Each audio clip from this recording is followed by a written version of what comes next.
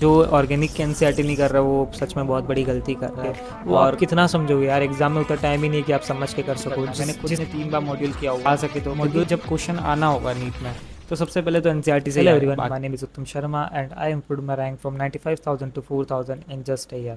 So in this video I'll be sharing all my chemistry resources and my strategies to conquer NEET chemistry. I scored 625 marks in the NEET 26 with an all India rank of 4187. So let's begin.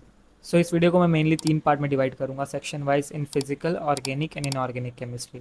Organic chemistry में firstly तो मैंने notes अच्छे से बनाए थे और class में focus किया था, और नोट्स सबसे ज़्यादा मैटर करते हैं ऑर्गेनिक केमिस्ट्री में, क्योंकि वहाँ पे नोट्स में टीचर्स अपने हिसाब से टिप्स एंड ट्रिक्स लिखवाते हैं, याद करने के लिए निमोनिक्स लिखवाते हैं। तो मेनली ऑर्गेनिक केमिस्ट्री में नोट्स मैटर करते हैं एनसीईआरटी के बाद। एनसीईआरटी तो है ही, लेकिन नोट्स भी बहुत मैटर करते हैं, क्योंकि नोट्स से ही हमें एनसीईआरटी पढ़ने का समझ आता है। नोट्स के बाद आते हैं मॉड्यूल्स पे। मॉड्यूल्स हमें जनरली होमवर्क क्लास के साथ साथ दिया जाता है, तो वो एक रिदम रहता है हमारा कि जैसे क्लास चल रही है उसी टॉपिक का हमें होमवर्क मिल रहा है तो उसका मॉड्यूल करना है। मैंने खुद ने 3 बार मॉड्यूल किया हुआ है। मॉड्यूल्स हमारे बेसिक्स क्लियर करने के लिए बहुत अच्छा है, लेकिन अगर मॉड्यूल्स हमारे हो जाएँ तो उसके बाद हमें रेस करनी चाहिए। जनरली रेस क्लास में टीचर्स भी डिस्कस करवाते हैं, जैसे टॉपिक चल रहा होता है। नहीं करवाते तो भी आप खुद से कर सकते हो, वो भी सेक्शन वाइज होता है।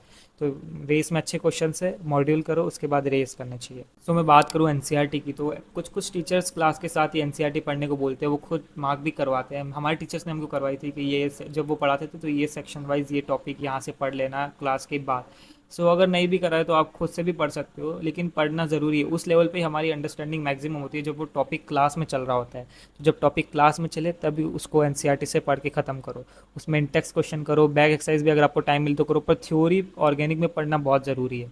और मैं आपको अपनी एनसीईआरटी दिखाता हूँ कि मैंने कैसे पढ़ी थी एनसीईआरटी। सो ये है मेरी एनसीईआरटी, और मैंने एनसीईआरटी में सब कुछ मार्क कर रखा हुआ है। एक एक लाइन मैंने पढ़ी हुई है, और एक एक लाइन को मैंने ऐसे समझा हुआ है जहाँ तक मुझसे हो सकता था। और क्लास में भी टीचर्स समझा देते थे कि ये लाइन का ये मीनिंग है, ये लाइन से ये डेराइव प्रोडक्ट होगा।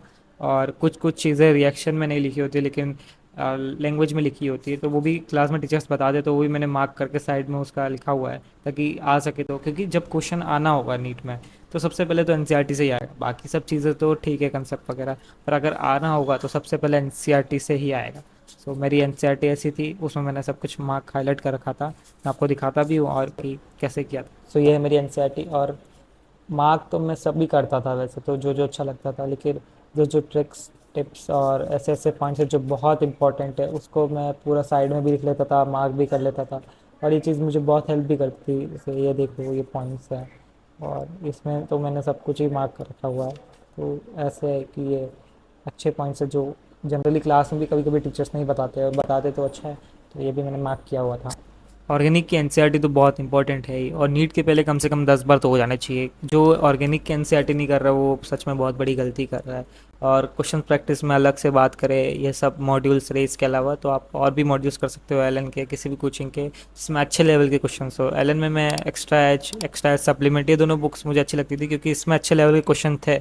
और मैंने किया है जहाँ तक मुझसे हो सकता है, ज़्यादा नहीं कर पाया, थोड़ा बहुत ही किया है। उसके बाद अगर आपको रिक्वायरमेंट लगती है तो एसआरजी मॉड्यूल्स वगैरह वो भी हैं, लेकिन वो मैंने इतना नहीं किया था क्योंकि मुझे एज सच रिलेवेंट नहीं लगते थे, और मेरे पास टाइम भी नहीं रहता था क्योंकि टेस्ट वगैरह भी होते थे। लेकिन एक्स्ट्रा एज सप्लीमेंट रेस और ग्लांस भी एक हद तक, मॉड्यूल्स, ये सब मोर देन इनफ है। मॉड्यूल्स में भी बिगिनर बॉक्स इलस्ट्रेशंस भी इंक्लूड करना है। एलन के रिसोर्सेज के अलावा, जैसे मैंने आपको लास्ट वीडियो में बताया भी था कि मेरा एक एक्स्ट्रा बोलो या मोस्ट इंपॉर्टेंट रिसोर्स बोलो, वो था मेमोनी टैब, जो कि specifically NCERT based question practice के लिए था। सच बोलूँ तो यार शाम में क्लास के बाद आने के बाद काफ़ी लेजी और बोर फील होता था, तो मेरा एक हैबिट बन गया था कि जो भी टॉपिक उस दिन क्लास में पढ़ाया है उसी को मैं मेमोनी टैब के थ्रू क्वेश्चन प्रैक्टिस करके रिवाइज कर लेता था। ऑनेस्टली केमिस्ट्री की एनसीईआरटी में यही कन्फ्यूजन हमेशा रहता है कि क्या पढ़ना है क्या नहीं पढ़ना है, कौन सी लाइन से क्वेश्चन आएगा। तो एग्जैक्टली वही कन्फ्यूजन यहाँ दूर होता है, क्योंकि मेमोनी टैब में एग्जैक्टली एनसीईआरटी ओरिएंटेड है, same order same sequence and same numbering. तो जब भी क्वेश्चन प्रैक्टिस करता था तब ये पता होता था कि एनसीईआरटी के किस पार्ट से ये क्वेश्चन आया है। इनऑर्गेनिक हो या ऑर्गेनिक, ऑर्गेनिक में तो स्पेशली नेम रिएक्शन के अलग से सेक्शन बनाया हुआ है। और जो सबसे कॉमन डाउट रहता है कि फिजिकल केमिस्ट्री की एनसीईआरटी पढ़नी है नहीं पढ़नी है, और पढ़नी है तो कहाँ तक पढ़नी है और कहाँ तक बाहर जाके पढ़नी है। तो ये कन्फ्यूजन यहाँ और भी क्लियर होता है, क्योंकि जो भी टॉपिक्स एनसीईआरटी में है वही सब टॉपिक यहाँ इस ऐप में भी बने हुए हैं और इसी के रिलेटेड सारे क्वेश्चन हैं। तो हमको जहाँ तक पढ़ना और बाहर पढ़ना है तो कहाँ तक पढ़ना है वो भी इस ऐप में कवर्ड है। तो ये कन्फ्यूजन भी यहाँ पे क्लियर हो जाती है। उसके बाद वीक में जब भी मुझे टाइम मिलता था तो मैं ऐप खोल लेता था, उसमें न्यूरॉन सेक्शन में जाता था, वहाँ मेरी सारी रिवीजन के क्वेश्चन एक्यूमुलेट हो जाते थे, बस मैं उन्हें रिवाइज करता था और जो ऑटोमेटिकली रिवाइज हो जाते थे। इसलिए रिवीजन के लिए सबसे मुझे ज़्यादा टेंशन लेनी ही नहीं पड़ी। और एक चीज़ जो मुझे जेन्युइनली यूज़फुल लगती थी कि मैं कोई भी चैप्टर का टेस्ट क्रिएट कर लेता था अपनी मर्ज़ी से और उसको देता था। इससे पढ़ने में मन नहीं होता तो भी मन लग जाता था और कुछ प्रोडक्टिव भी हो जाता था। तो मैं ऐप का लिंक डिस्क्रिप्शन में दे रहा हूँ, अगर आपको कोई भी क्वायरी है तो मुझे बता दो, और ऐप जेन्युइनली बहुत अच्छा है तो आप ट्राई कर सकते हो। तो अब बात करें फिजिकल केमिस्ट्री की, तो फिजिकल केमिस्ट्री में मैंने क्लास नोट्स पे ज़्यादा फोकस किया क्योंकि क्लास नोट्स में बहुत अच्छे अच्छे क्वेश्चन थे। उसके बाद मॉड्यूल्स की, ये सारी मॉड्यूल्स में बिगिनर बॉक्स एक्सरसाइज, इलस्ट्रेशंस, वो सब किया था। उसके बाद सीक्वेंस वाइज रेस की थी। उसके बाद थोड़ी बहुत ग्लांस भी की थी और टेस्ट पेपर्स किए थे और जेई मेंस के पीवाईक्यू किए थे मेनली, क्योंकि फिजिकल में जेई मेंस के पीवाईक्यू बहुत सही है, बहुत सही। जो भी करेगा उसको पता होगा कि बहुत सही फिजिकल में जेई मेंस के पीवाईक्यू आते हैं। उसके अलावा मैंने ऑर्गेनिक और इनऑर्गेनिक में भी जेई मेंस के पीवाईक्यू किए थे और मेरे लिए मोर देन इनफ था, उससे बहुत ज़्यादा अच्छी क्लैरिटी आ जाती थी। और तो एज सच कुछ रिक्वायरमेंट है नहीं, टेस्ट पेपर्स हैं, क्लास नोट्स है, module race glance, that's it. Physical में एनसीईआरटी भी पढ़ी थी पर सारे चैप्टर्स की पढ़ी थी, जो इंपॉर्टेंट चैप्टर्स हैं मेनली उन्हीं की मैंने पढ़ी थी। क्लास ट्वेल्थ में ज़्यादा इंपॉर्टेंट चैप्टर्स है तो उनमें एनसीईआरटी मैंने फिजिकल की ज़्यादा जो इंपॉर्टेंट पॉइंट्स है वो देखे थे। सॉल्यूशन हो गया, केमिकल काइनेटिक्स हो गया, इलेक्ट्रोकेमिस्ट्री हो गया, इसमें मैंने एनसीईआरटी को ज़्यादा देखा था। और इलेक्ट्रोकेमिस्ट्री में तो वो लास्ट वाला पार्ट था वो जिसमें सेल्स वगैरह एक्सप्लेन करते हैं, वो मैंने इतनी बार पढ़ा था फिर भी मुझे याद नहीं होता था, लेकिन वो इंपॉर्टेंट है पॉइंट। देन इनऑर्गेनिक पे आते हैं, तो इनऑर्गेनिक में क्लास के टीचर्स के नोट्स बहुत ज़्यादा मैटर करते हैं क्योंकि उसमें टिप्स एंड ट्रिक्स होती है, जैसे कि कोऑर्डिनेशन कंपाउंड हो गया, उसमें आइसोमेरिज्म वाला टॉपिक है। वो आप कितना समझोगे यार, एग्जाम में उतना टाइम ही नहीं कि आप समझ के कर सको। जिसने उस चीज़ का शॉर्टकट याद किया, जैसे मैंने शॉर्टकट याद किया था कि मुझे कैसे अगर कोई भी क्वेश्चन आता है तो उसको सॉल्व करना है और कैसे याद किया हुआ था, तो वो चीज़ बहुत मैटर करती है। उसके बाद मॉड्यूल्स किए थे, रेस किए थे, जेई मेंस के पीवाईक्यू किए थे, बस ये इनफ था। उसके बाद एनसीईआरटी पढ़ी थी। एनसीईआरटी मैंने इनऑर्गेनिक में ऑलमोस्ट सारे चैप्टर की एक दो बार पढ़ी हुई थी, तो उससे बहुत ज़्यादा क्लियर हो गया था।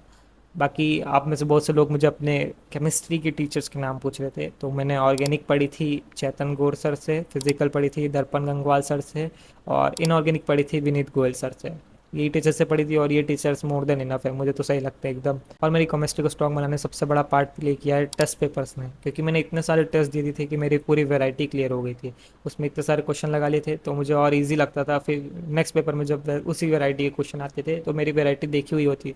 और सिलेबस लिमिटेड है नीट का, तो कितना ही वैरायटी में क्वेश्चन पूछ लेंगे, एट द एंड कंसेप्ट तो सेम ही रहेगा। सो या अबाउट माई केमिस्ट्री। और आपको किस टॉपिक पे वीडियो चाहिए कमेंट करो मुझे नीचे। एंड आपकी कोई भी क्वायरीज है रिगार्डेड मेमोनी टैप, एंड कोई डाउट है आपका नीट के रिलेटेड, या फिर कोई ऐसा ऐसा चीज़ है जो आपको आपकी प्रिपरेशन में बॉदर कर रही है, तो आप मुझे कमेंट सेक्शन में लिख दो, मैं उसका रिप्लाई पक्का करूँगा। Bye bye. Your pretty eyes make me